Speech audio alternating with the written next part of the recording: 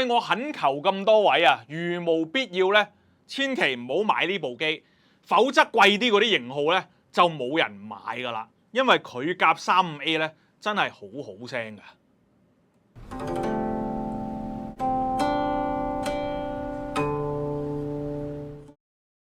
大家好，我係司徒夾帶，歡迎收睇《獨海浮沉》。咁我台面呢部咧就係美斯嘅 X5啦，其實都係一個出咗好多年嘅型號啊。咁點解我試音室係冇得試聽嘅咧？因為佢定價實在太低啦，5000幾蚊，又好聲。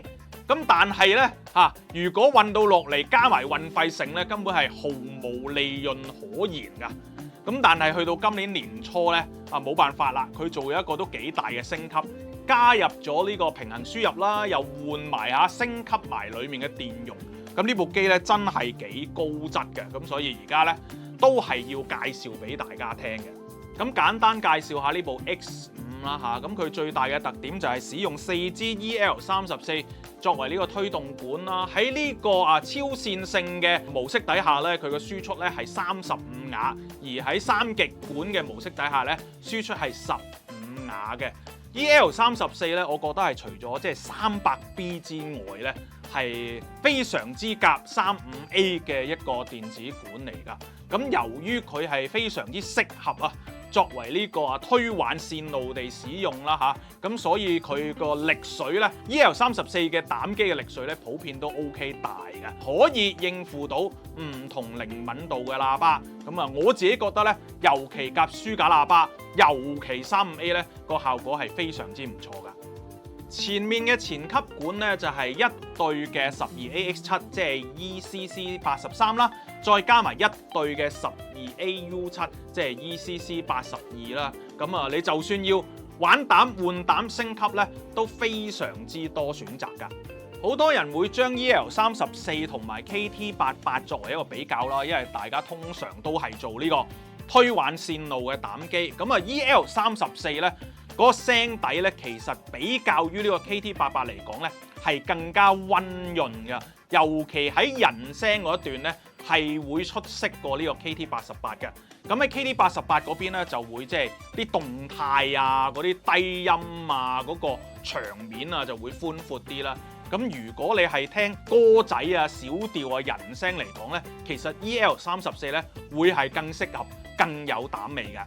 而 EL34 嘅古董膽、舊膽，即使係譬如 Telefunken Mullett Varvo 等等咧，其實都唔係好貴嘅。相比於 300B 就算你4支買都唔係好貴。咁所以如果你想升級，就算玩舊膽都好啦，我亦都覺得咧選擇咧係亦都係多嘅。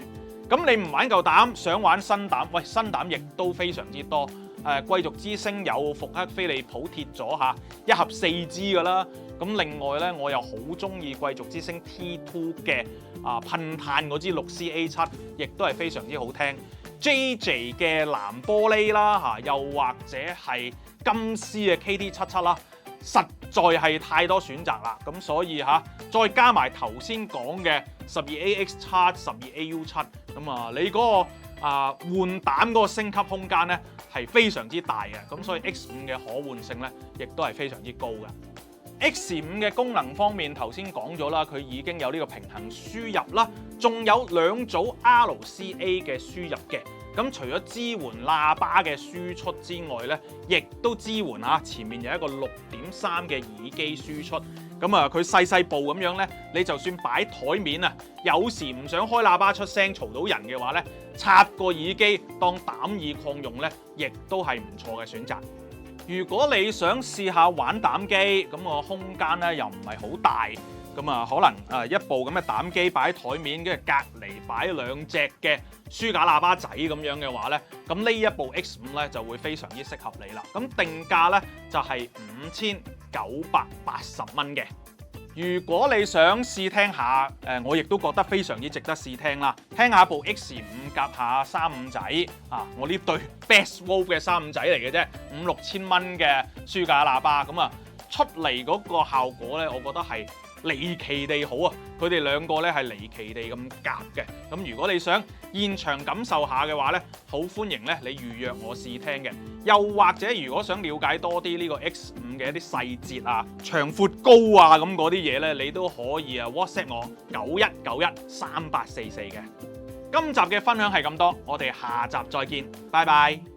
仍在說永久，想不到是藉口，從未意會要分